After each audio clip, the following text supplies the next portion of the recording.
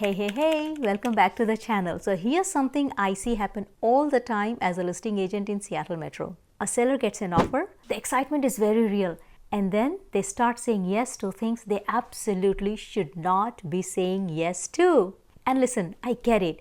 You have been prepping this home, you have been stressed, you just want it done. But those yes moments, they can cost you thousands of dollars, weeks of time, or literally blow up your deal entirely. So in this video, we are talking about the 15 things home seller must say no to. And I'm being very specific to our Washington state market because we have some quirks here that sellers in other states don't deal with. I'm Neelam, a licensed realtor in Washington state since 2016, serving Sammamish, Redmond, Kirkland, Woodinville, Bothell, Duvall, and the greater Seattle Eastside. And before real estate, I have spent years in IT working with some of the biggest companies in the country. So when I tell you I know how to read a contract and spot a risk, I mean it. Let's go. If you are new here, welcome to the channel. And I make real estate content specifically for buyers and sellers. Hit that subscribe button, turn on notification, and let's make sure you do not leave money on the table. Alright, 15 things. Let's get into it. At number 1 is unvetted walk-ins. Just say no to unannounced showings. So your sign is in the yard, your home is live on the MLS, and somebody knocks on the door and goes, "Hey, I was just walking by and I would love to take a peek." Do not do it. I know it feels exciting, like, oh my gosh, is this my buyer? Especially if you are in a high demand neighborhoods like Sammamish or Kirkland, where there's real foot traffic and buyers are actively circling around.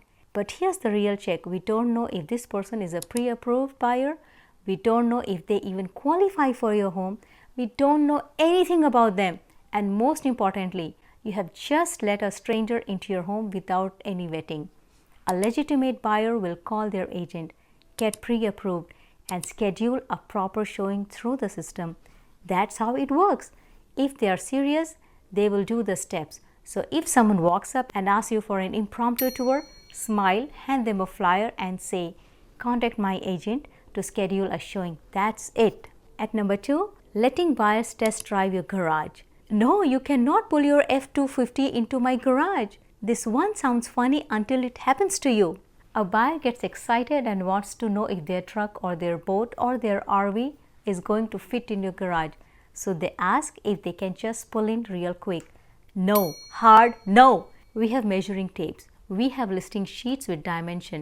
If the garage is 22 feet deep and their truck is 18 feet long, it fits. We don't need a live demonstration. I have heard stories and honestly seen situations where a buyer pulls in, scraps the drywall, dents something, and then suddenly remembers nothing when you ask about it. Now you are paying to fix your garage before closing. Just say no. Move on. Pets at showings. Your dog is adorable. Leave it at home. Some buyers want to bring their pet to see if that pet will feel comfortable in the new home. I understand the sentiment, I really do. But as a seller, this is a liability you do not want. Accidents happen, scratched floors, torn screens, a situation in the carpet I won't describe in detail. These are all things that can compromise your showings going forward.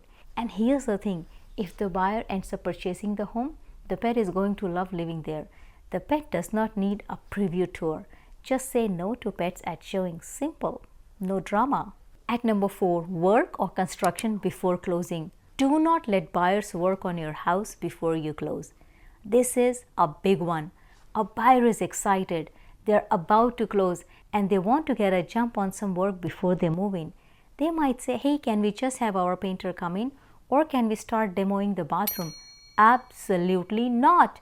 Here's why this is dangerous in Washington specifically. First of all, if a contractor comes onto your property and gets hurt, you are still the owner.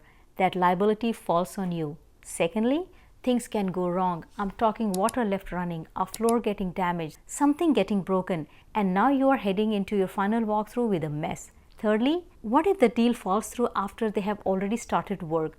Now your home is partially demoed and you have to sell it that way. The rule is simple.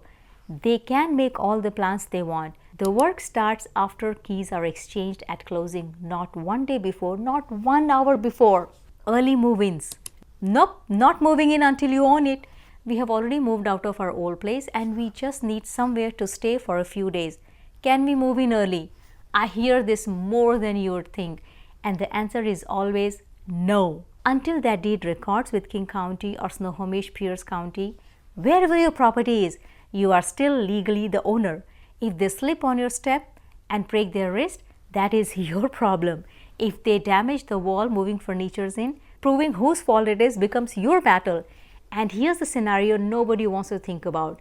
What if the loan falls through at the last minute? You now have occupants in your home who aren't the owner, and removing them is a whole legal process. No early move-ins, period. Wait for closing. At number 6, your newly licensed family member as your agent. I love your cousin. I just don't want them listing your home. Okay, this one requires some tact, so I'll be gentle but direct. If someone in your family or friend group just got their real estate license and they want to list your home, it's really hard for you to say no. I get it. You don't want to hurt feelings. You want to support them. But think about what's at stake. Your home is probably your largest financial asset. Selling it in Washington state requires navigating the Form 21 purchase and sale agreement, disclosure laws, inspection timelines, title, escrow coordination, and sometimes county-specific requirements like well and septic compliances if you are in a more rural area. That takes experience. Now, I'm not saying never hire someone you know. If they have been licensed for years, they have closed deals, and they know your market, great. But if they just passed their exam last month and this would be their first transaction, that's a different conversation.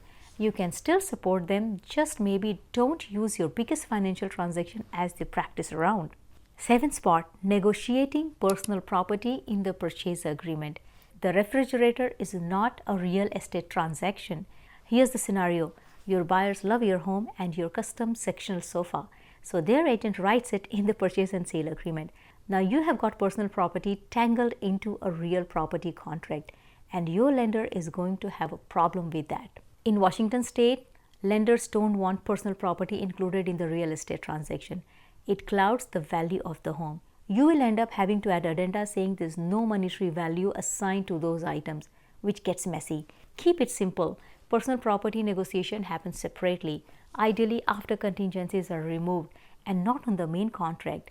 If they want the sofa, do that deal on a cocktail napkin. All I care. Just keep it out of the purchase and sale agreement. Number 8, lowball offers from untraceable investment companies. That cash offer email is not your buyer. The moment I put a listing live, my inbox fills up. And I'll be honest with you, a lot of these emails are from investment companies offering well below market value. And when I try to call or email back, nothing, crickets. In our market, Sammamish, Redmond, Kirkland, Woodinville, median home values are strong. Whether you are in 98074, 98075, 98052, 98053 zip code, your home has real value backed by real comps. Don't let a generic automated lowball offer make you panic. Now, lowball offers from real, traceable, communicating buyers, those can be negotiated. Sometimes there's a deal there. The key is distinguishing between a real offer from a real person versus a mass blast from a company that cannot even pick up the phone. If they are serious, they will engage. If they disappear, when you counter, you have your answer. At 9th spot, long escrow period. 30 to 45 days, that's a sweet spot in Washington state. A buyer comes in and asks for a 75-day closing. Maybe they need time to sell their current home, or they claim their lender needs more time. Here's the problem. A lot can happen in 75 days.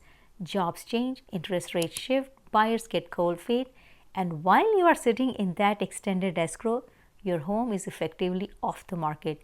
In our Eastside market, a standard escrow runs 30 to 45 days. That's plenty of time for a lender to process a conventional or FHA loan.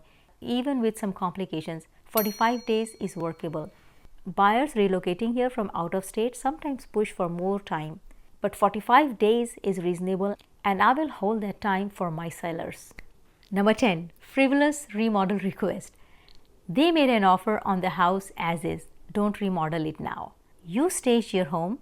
You prepped it beautifully, a buyer made an offer, and now during the inspection period, they come back asking you to repaint 3 rooms, replace the countertops, and redo the landscaping. No, just don't agree to it. Now I want to be fair here. Health and safety items are a different conversation. If an inspector flags a loose handrail, a missing GFCI outlet in the bathroom, a carbon monoxide detector that's not working and part of the inspection contingency, those are real repair requests and I would recommend addressing them. But cosmetic upgrades, buyer preferences, no, that's what their offer price is for. Draw the line at health, safety and true functionality tied to the inspection contingency. Everything else is negotiable or a hard no. Offers without proof of funds or pre-approval. No proof of financing, no conversation. Here you are not required to accept an offer just because someone submitted one. And if an offer comes without a pre-approval letter and no proof of fund for a cash offer, send it back. I don't care how excited the buyers sound in their cover letter. Until I can see that they have actually spoken to a lender and been pre-approved or they have the cash to close, that's not a real offer. It's a placeholder. Your time is valuable. Your home is valuable. Require proof of financing from day one. Number 12. Unrealistic contingencies. Their house isn't even listed yet. This isn't going to work. A contingent offer where the buyer needs to sell their current home first can absolutely work. I have navigated plenty of them successfully.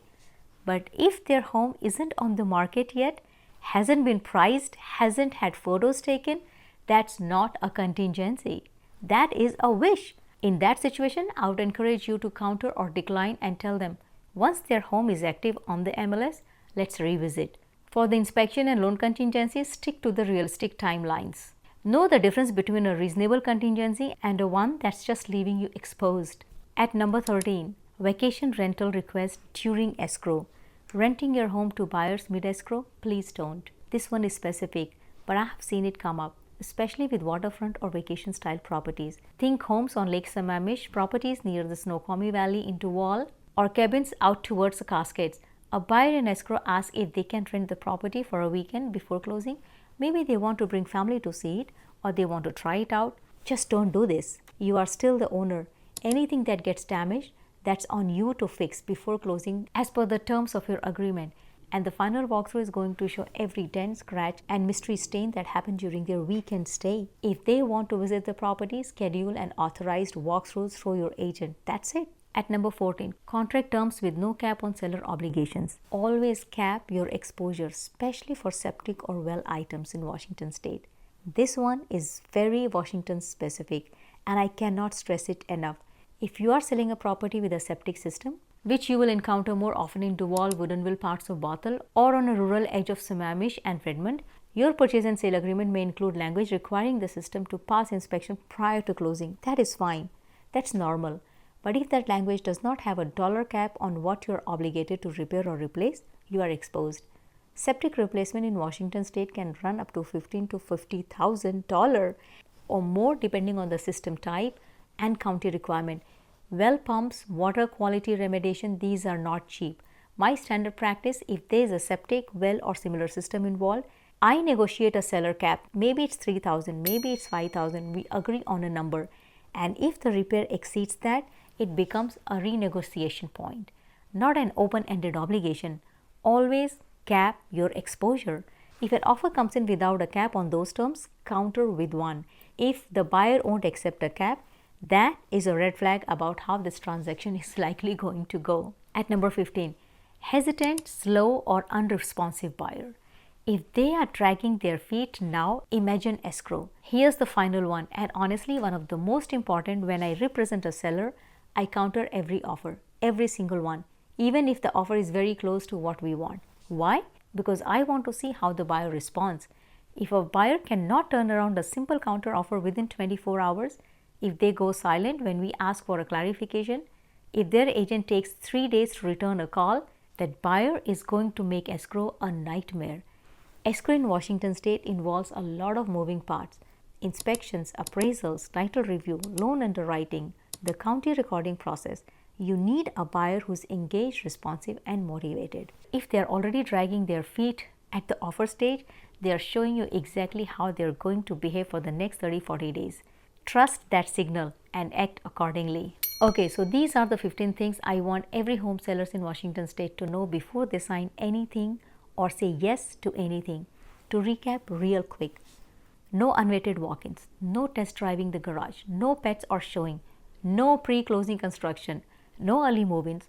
Be careful with inexperienced agents or feel obligated to hire. Keep personal property out of the purchase and sale agreement.